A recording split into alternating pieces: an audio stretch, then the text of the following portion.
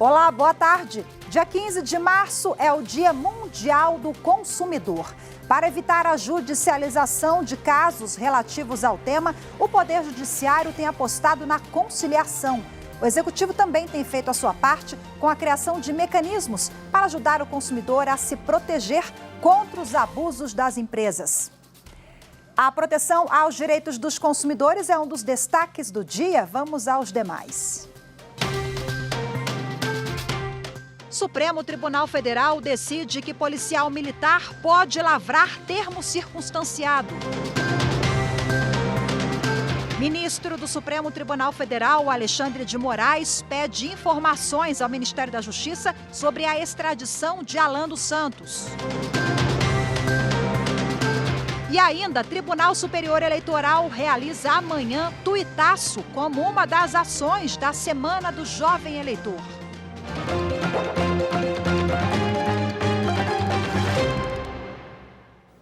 O Supremo Tribunal Federal entendeu que policial militar pode lavrar termo circunstanciado. A decisão foi em plenário virtual. E quem tem os detalhes dessa decisão e conversa com a gente agora ao vivo é a repórter Carolina Chaves. Olá, Carol. Carol está conosco? Não é a Carol. Doutor Benjamin, nosso convidado, que daqui a pouquinho entra com a gente no segundo bloco. Doutor Benjamin, vamos falar agora com a Carol, Carolina Chaves. Carol está com a gente? Agora sim, Carol está com a gente. Carol, muito boa tarde para você. Seja bem-vinda. Bom, primeiro eu quero que você explique melhor essa decisão e explicar o que é lavrar um termo circunstanciado. Seja bem-vinda, Carol. Obrigada, Rafaela. Boa tarde a você, boa tarde a todos. Olha, o termo circunstanciado é o registro simplificado de ocorrências em casos de crimes de menor potencial ofensivo. O policial faz o registro ali de acordo com o que ele observou na ocorrência, sem a necessidade de colher testemunhos, por exemplo. Agora, Rafaela, normalmente esse procedimento é feito pelas polícias judiciárias, ou seja, pelas polícias civis e federal. Mas uma lei de Minas Gerais autorizou que os policiais militares e o Corpo de Bombeiros também podem fazer esse registro do termo circunstanciado. Essa lei foi contestada aqui no Supremo Tribunal Federal pela Associação dos Delegados de Polícia do Brasil, alegando que essa mudança estaria invadindo a competência das polícias civis e federal. Mas o ministro Edson Fachin, que é relator dessa ação, entendeu que a Constituição Federal e nem a lei federal que trata sobre juizados especiais civis e criminais determina que essa seria uma atribuição privativa dos delegados. Portanto, a lei foi considerada constitucional. Muito obrigada pelas informações, Carol. Boa tarde para você mais uma vez.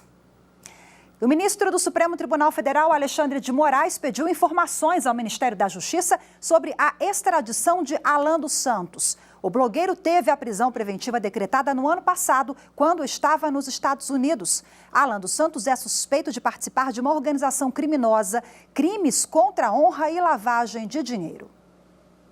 O Ministério da Justiça tem 5 dias para detalhar quais as providências estão sendo tomadas para a extradição do blogueiro Alan dos Santos. O prazo foi estipulado pelo ministro do Supremo Tribunal Federal, Alexandre de Moraes. Alan dos Santos é investigado em 2 inquéritos aqui no Supremo Tribunal Federal. Um que apura a divulgação de fake news e ataques a integrantes da corte e outro que identificou a participação dele em milícias digitais. A prisão de Alan dos Santos foi decretada em outubro do ano passado. Na época, ele já estava nos Estados Unidos. Segundo as investigações, o comportamento de Alan dos Santos extrapola a liberdade de expressão porque propaga discurso de ódio com o objetivo de desestabilizar a democracia. Ele deve responder pelos crimes de organização criminosa, ameaça, crime contra a honra e incitação à prática de outros delitos. O Supremo Tribunal Federal vai definir se alterações na lei de improbidade administrativa podem ser aplicadas retroativamente. A matéria teve repercussão geral reconhecida. E quem traz os detalhes para a gente é o consultor jurídico da TV Justiça, Daniel Villanova. O Supremo Tribunal Federal reconheceu a repercussão geral de tema relacionado à lei de improbidade administrativa. O tema é de suma importância do ponto de vista político, social e jurídico. Esses foram os dizeres do ministro relator, ministro Alexandre de Moraes, que encaminhou a questão para saber se a lei de improbidade administrativa retroage ou não no que diz respeito às modificações acontecidas no final do ano passado. A Lei de Improbidade Administrativa, quando foi editada em 1992, era destinada tanto a condutas culposas como a condutas dolosas. A partir do final do ano passado, ela passou a enfocar apenas as condutas tidas como dolosas. E é esse o caso que está em discussão perante o Supremo Tribunal Federal nesse recurso extraordinário, em que se tem a atuação de uma advogada que prestou serviços perante o Instituto Nacional do Seguro Social e teve a sua conduta tida como negligente, ou seja, uma conduta culposa. Os dois temas destacados pelo ministro Alexandre de Moraes são, primeiro, é possível que essa nova legislação, que é mais benéfica e que não abarca as condutas tidas como culposas, se aplique e beneficie, no caso, essa advogada que está tendo a sua conduta apurada?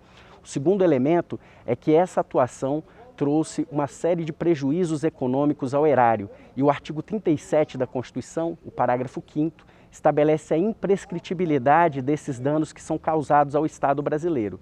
Esses dois temas serão debatidos pelo plenário e, exatamente pela relevância da questão, o ministro Alexandre de Moraes determinou a suspensão de todos os processos e recursos que tratem do mesmo tema.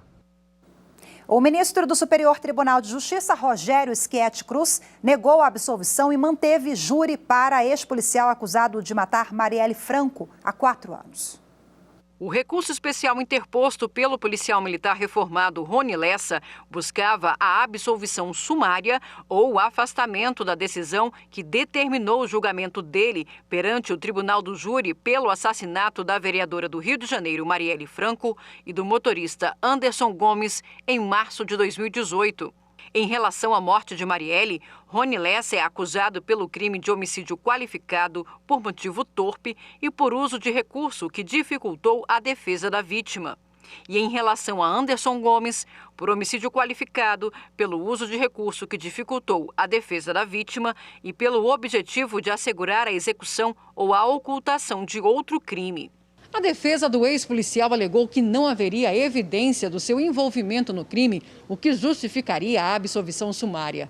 Aqui no STJ, o relator ministro Rogério Schietti Cruz não conheceu do recurso especial e citou uma série de elementos considerados pelo juiz de primeiro grau e depois pelo Tribunal de Justiça do Rio de Janeiro para negar o pedido e manter a realização do júri popular.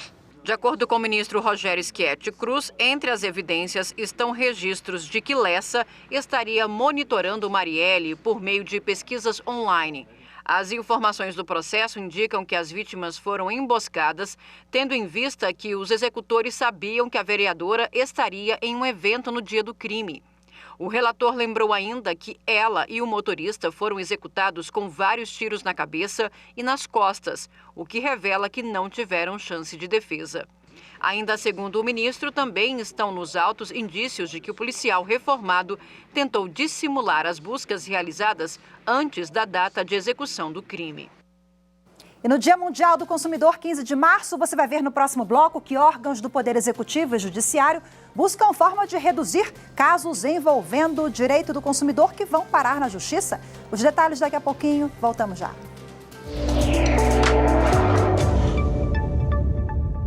Me lembro da TV Justiça desde o seu início. Quantas vezes eu não assisti aquele programa Grandes Julgamentos, que para mim sempre foi o preferido. Quantas sessões do TSE, do Supremo Tribunal Federal, nós não acompanhamos do escritório, nos ajudando a não precisar ficar lá dentro da sessão acompanhando os julgamentos. Então a TV Justiça sempre teve uma relevância muito grande para o mundo jurídico, especialmente para a advocacia. Sempre foi uma ferramenta que nos ajudou muito nos nossos trabalhos, na realização, na efetivação da advocacia e dos direitos.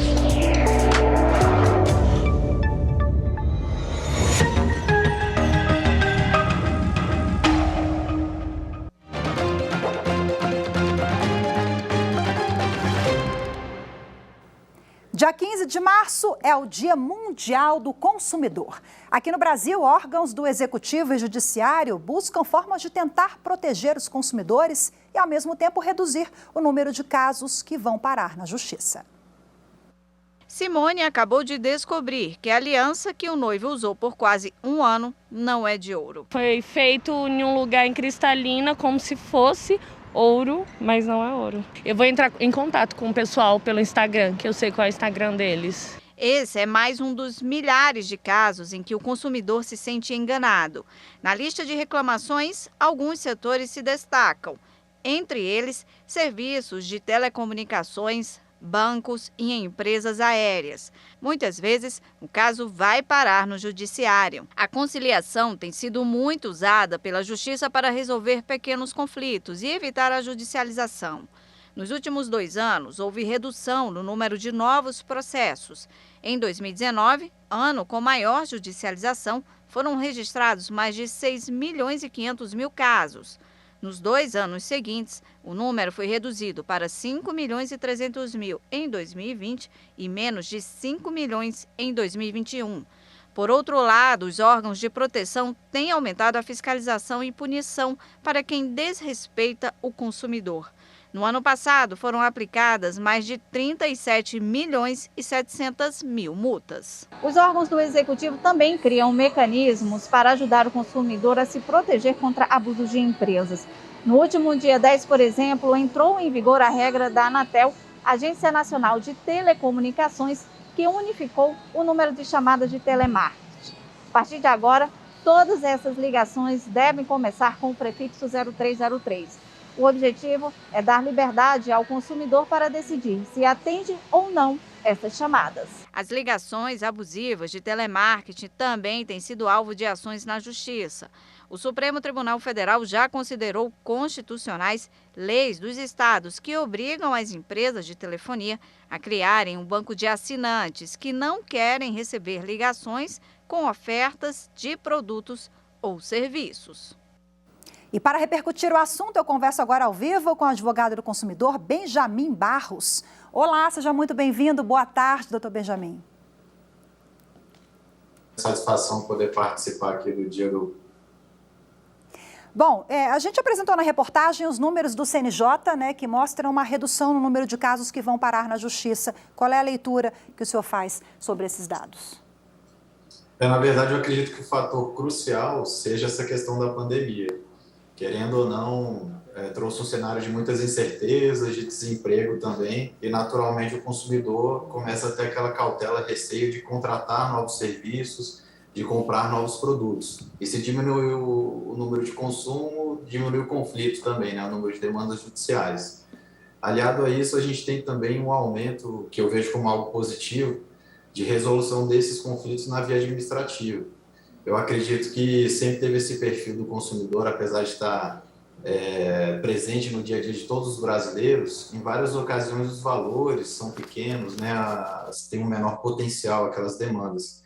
Então muitos consumidores acabam deixando de lado porque não querem gastar com advogado, ou ter que ir no tribunal, né, para resolver isso, e deixam de lado. Ou então eles têm procurado também essas vias administrativas. E aí eu estou falando de órgãos como o PROCON, os órgãos de fiscalização mesmo, como a Anatel, a ANAC, a ANEEL, e até as plataformas de sites, como, por exemplo, o consumidor.gov, ou então o Reclame Aqui, que positivamente realmente tem resolvido muitas demandas. E há também um progresso das empresas de entender que é mais econômico que elas resolvam esses problemas na via administrativa, porque são órgãos que não podem, por exemplo, arbitrar uma indenização por dano moral, igual tem no judiciário.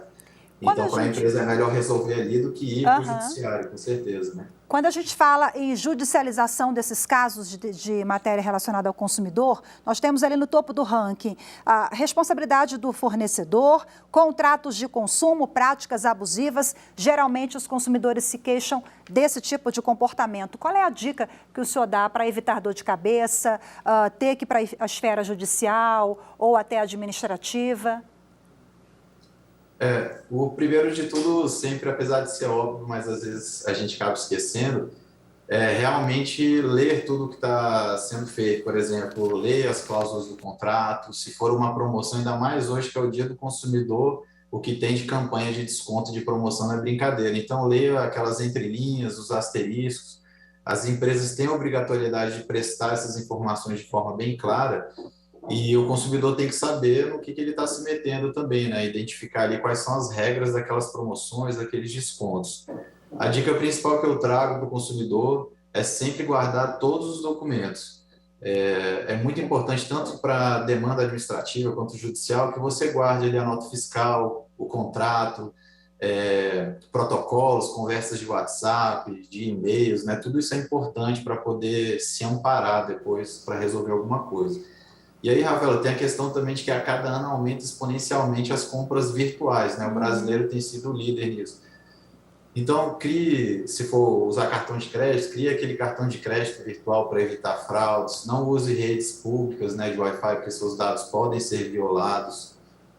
E sempre confirme a reputação da empresa, se ela existe mesmo, se tem essa reputação de entregar o produto ou serviço que está prometendo. Às vezes a gente, naquela ansiedade ali, não presta atenção, né, nesses pequenos detalhes. Bom, vamos finalizar agora falando de uma boa novidade para o consumidor, uma ferramenta que já está em vigor agora e vai facilitar e muito aquelas chamadas indesejadas ao consumidor. Eu me refiro àquele número do telemarketing que agora precisa ser identificado. Como é que vai funcionar? Quando entra em vigor?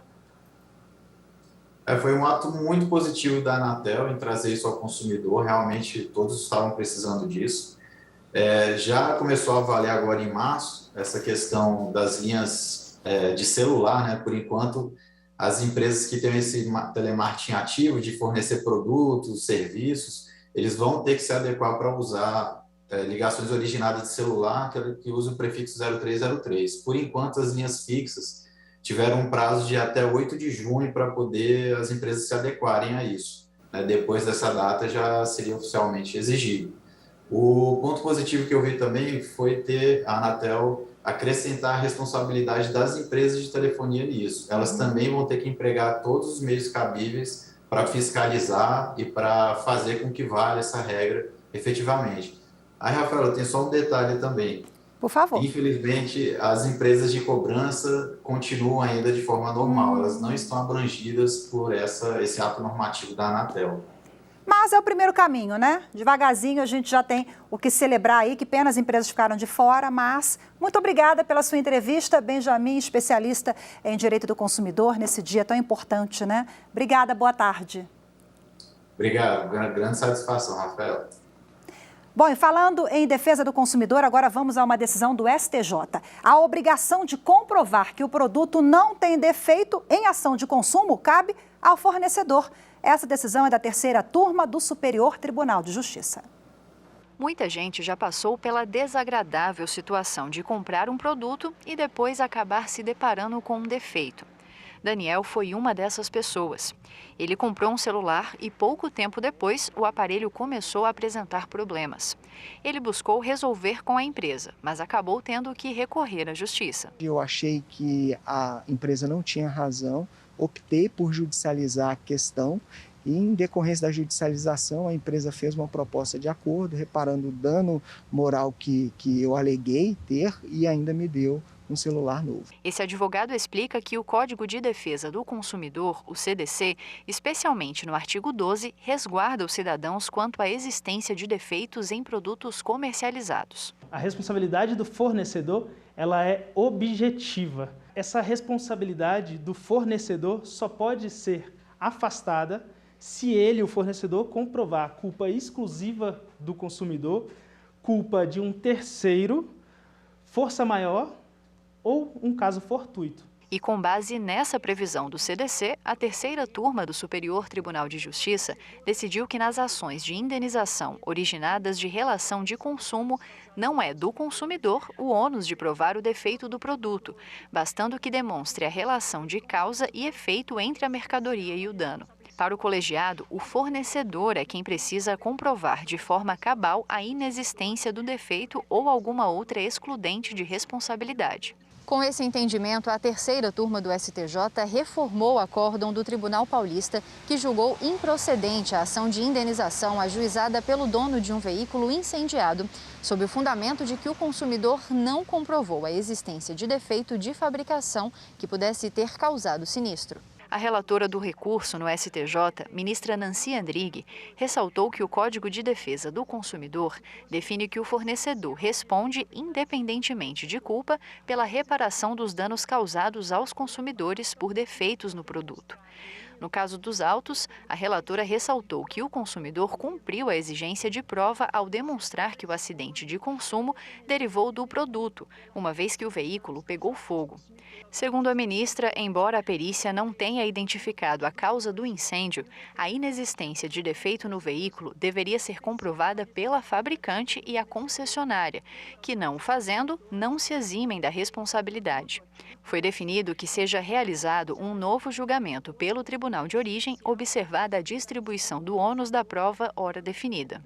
É muito importante que se busque resolver com a própria empresa. Tem muitas empresas que têm excelentes políticas em relação a resolver os problemas dos seus consumidores. Então é importante dar à empresa essa oportunidade. Se isso não resolver, vale a pena registrar uma reclamação no PROCON. E por fim, se depois de ligar, de conversar, de ir ao PROCON não resolver, a justiça é a última solução e vale a pena. E você vai ver a seguir no próximo bloco os detalhes sobre o tuitaço que o Tribunal Superior Eleitoral vai realizar amanhã como ação da Semana do Jovem Eleitor. Eu te espero até já já.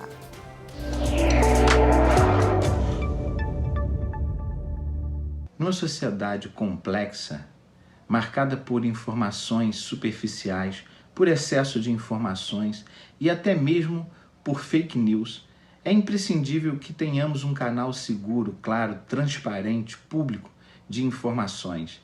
É nesse cenário que temos a TV Justiça, destacadamente pela qualidade e com ênfase no sistema de justiça.